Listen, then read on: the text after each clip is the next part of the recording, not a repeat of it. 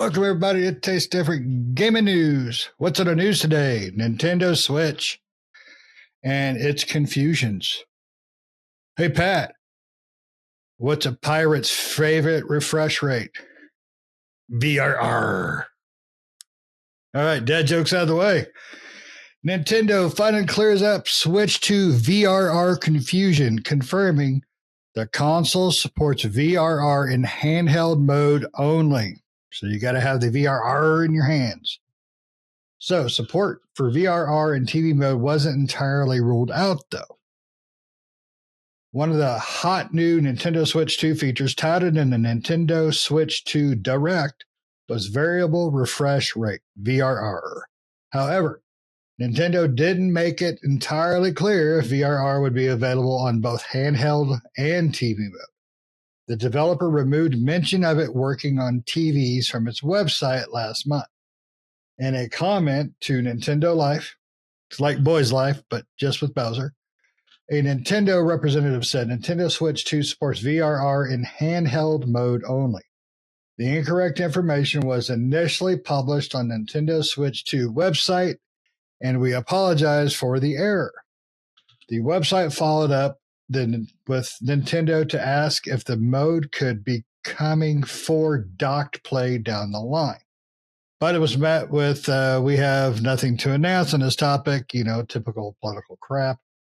This isn't denial, though, so that hopefully means VRR will come eventually. Now, notably, the PS5 also has VRR, but like the Nintendo Switch 2's TV mode, it wasn't available at launch. So we might get it down the road. You never know.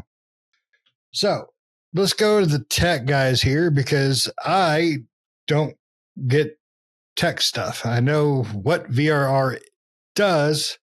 I just don't really know what it is overall. So let's go to my tech bros. Tech bro, Nick, what do you think about this? Do you think Nintendo could? Because it is docked out with a C, not like an HDMI. So is that possible? Could they do it down the road later? Would it suck if they tried? Tell me what you think. They could probably do it with some sort of software manipulation, I would say, update wise down the line. It would be like more of like an artificial VRR type of thing or some aspect of that. But I only eat vegan RR. I mean, as far as we know, the dock is USB-C still, which is what it is now. So, they could have done like an HDMI type of dock or some specialized docking connection that would do video, audio all through the connector.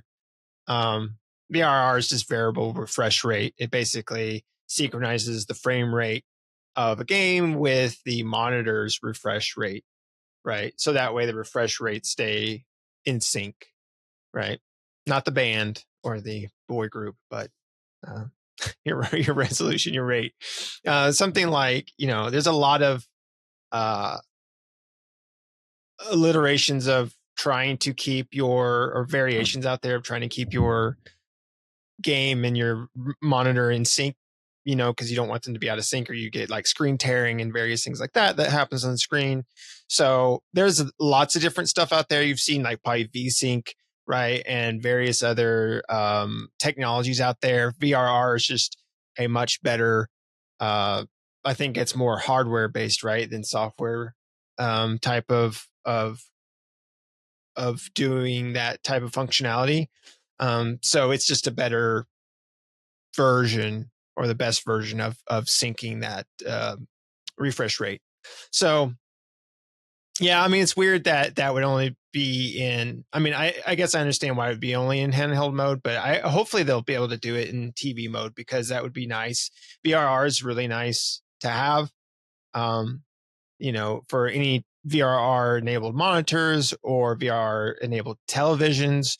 And with, I think Xbox and PlayStation both have VRR support, and so do PCs and stuff like that. And if you've ever used that type of technology or anything like that, you know how well it works when you're playing games, because screen tearing is definitely something is very noticeable. If you're one of these people and say, I've never seen screen tearing before, yes, you have. You just don't know you've seen it, because it is very noticeable. You will notice it right away, if you know what you're looking for, right? It's not something that's so hidden that you can't see it. It's just the people that don't know what they're looking for may not notice it, but it's very noticeable if you know what screen tearing looks like. And if you're wondering what does screen tearing look like if you ever played a game and you move the screen and you notice like half of it's like this way and the other basically they're kind of like not layered together, the screen's kind of like on top of each other. That's screen tearing, basically, where the frames have not caught up with what you're doing in game, right? And so you get that kind of delay in the image, and that's basically what that is. So with things like variable refresh rate or VSync or various other avenues they have out there, they all kind of do the same thing. Some better than others, and sometimes you have to have them and sometimes you don't, depending on how well the game is optimized to sync with your monitor's refresh rate. Sometimes I've had to turn on VSync in certain games because the screen tearing is pretty noticeable. And or if a game supports VRR or whatever. But it's just, it'd be nice for Nintendo's next gen console, especially since the consoles nowadays do that, for it to do that in TV mode, right? I don't know. Again, I don't think we've seen the statistics of how often people use the Switch in handheld versus TV mode. I know for us, ours is docked all the time. So having that, like I said, I mean, hopefully they have something, because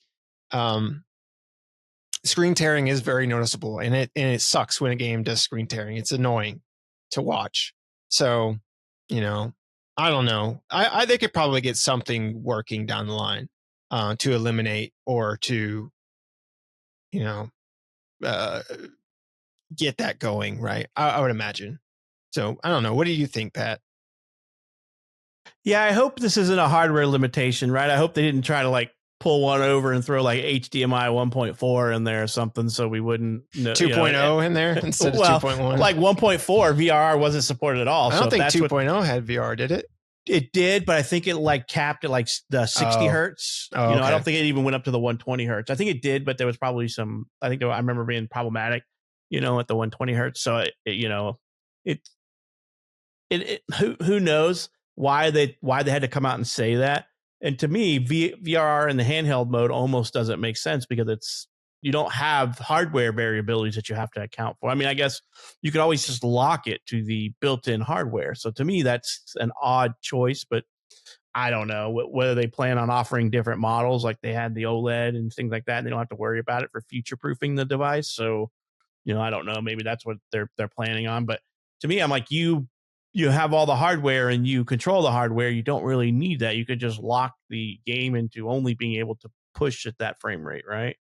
Right, because you're basically like in the other scenarios like Xbox or PlayStation, you're displaying it out to a display, and the display may have a different refresh rate than the game that you're playing, right? Whereas in the Switch, it's all encompassed into one piece. Right, you don't have different models of monitors you're plugging into and things like that. So it's interesting. I don't know the thing behind this. Like I said, hopefully they didn't do something stupid like cheap out on HDMI and put like 1.4 or hopefully it's 2.1.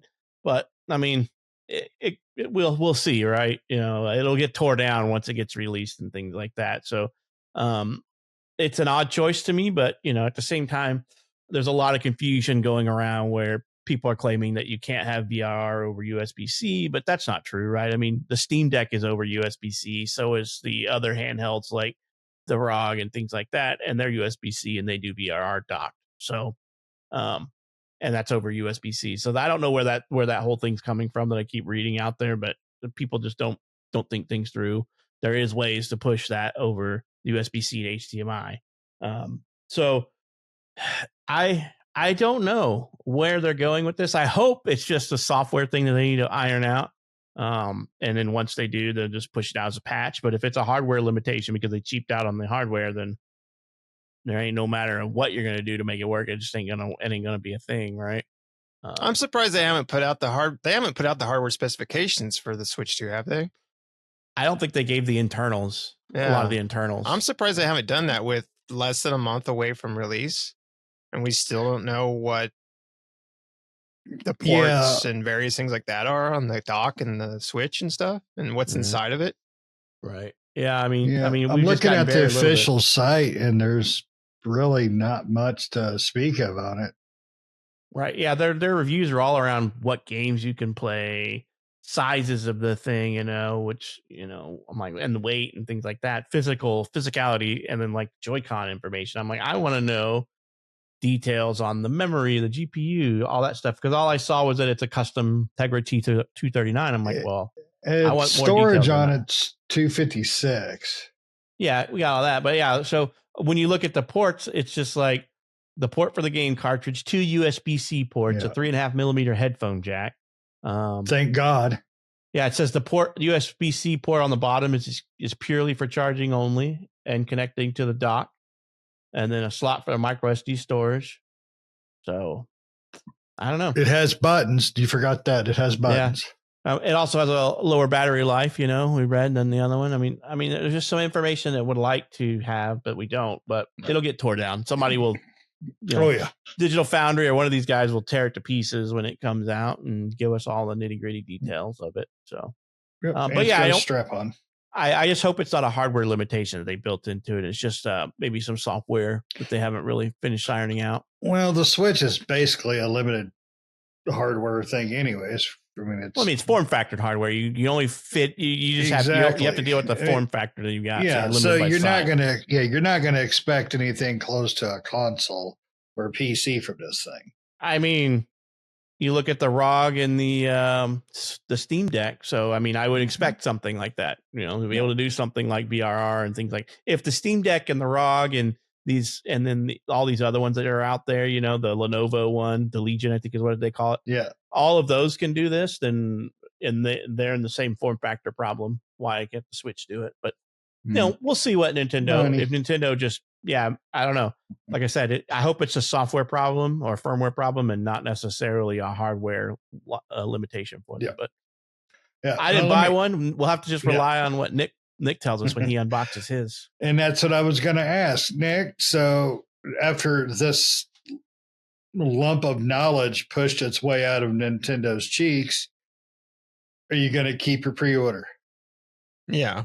VRR is not going to stop me from His FOMO is too strong. The FOMO in that one is too strong. VRR would not be VRR is nice, but it's not a system killer. A killer for me when it comes to purchases. Yeah. Well, and they're probably not a screen. Obviously internally they have it enabled, but even if they didn't have it, I would say it's not a problem because they control the hardware access, so they could keep the refresh rates. Yeah, because you don't see a lot of screen tearing in Switch games, I guess. Yeah, because it's all about seeing. And sometimes, like Nick's saying, it's only noticeable if you know what you're looking at, because a lot of times people just see it as a momentary screen stutter, right? Where the top half of the screen and the lower half of the screen aren't in sync, right? You have that visual split or tear, as they call it, where the upper half is showing something that his head came off. Oh, it's back. Yeah, exactly. And it's like momentarily, but that's annoying if it happens. For the people that know what screen tearing looks like, that is very annoying because you notice it constantly happening. Right. Yeah. Right. So, whereas someone unaware probably would notice it once, and then even though it's still happening, they wouldn't notice it again or wouldn't really see it. But for us that know what it looks like, or anybody out there that knows what it looks like, you just constantly see it if a game once you realize it's there, it's like I used to not see the dead pixel in a monitor, but it's been there forever probably, and I just noticed it one day, and now I can't take my attention. Now I can't unsee it. Right. Yeah. Like my old plasma TV, I had a line that run down it, and I never really put two thoughts into it after it first happened, and my wife said something, and now it was like I couldn't play a shooter without aiming at it. Just it's a line, get it. So. Yeah. But hopefully Nintendo will give out a little bit more information on the internals of the Switch, processing, all that stuff that you're talking about. I would love one, but I cannot do a launch on it because there's nothing that I must have to play at launch. Now, I would like to see some of the old games from the Switch play on it, see how it worked. but it'll never come off the dock for me. So this would be kind of a moot point for me. But you guys got anything else before we warp pipe out of here?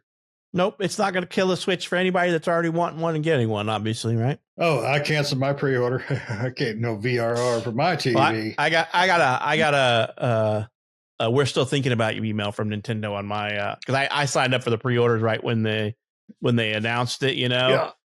I don't want one. I just wanted to see if I can get in line to get one or whatever, and I just can't afford one at the time right now, and and I'm not playing much Switch games, but yeah, I gotta. Hey, we didn't forget about you. You just don't have enough Switches yet for you to pre-order. Yeah. Even though they say they're missing their sales mark, right? Yeah, my ass. They sold out of every console they can make, but they haven't reached their sales goals, which just blows my mind. My goal was better than I did. My goal was better than what I could produce and sell. Yeah. Ridiculous. Losers. Bunch of bums they are. All right. Well, they did introduce 12 first-party Switch games that are getting updates June 5th. Not for free though. And how much? No, those are free. Those are free. So it'll be the ones like Cooking Mama and all the other shovelware. We got Mario 3D World, Mario Odyssey, Zelda Link's Awakening, Zelda Echoes of the Past. Those were announced a while ago. Whatever. Yeah. Captain Toad, Mario Deluxe. A lot of these were already on the list, the initial list they rolled out. Builder Garage. Now, I didn't know Odyssey was getting the treatment. Yeah, Mario game was on the list. I must have missed that one. It's getting Odyssey is getting it is. It's getting it's optimized for the Nintendo Switch 2 display and high resolution TVs for improved image quality and HDR support, as well as game share. Okay. I like that. Because I love Odyssey. It's absolutely in my top 5 Marios. So it's going to run better, even though Odyssey ran fine. It's going to be HDR'd. Ooh, hide that RAM. Hide that RAM. All right. You guys got anything else? All right. So let us know what you think in the comments below. Is VRR on your TV a must-have? Something you can wait on? You think they'll probably come out with later? Let us know in the comments below. Is it a deal breaker?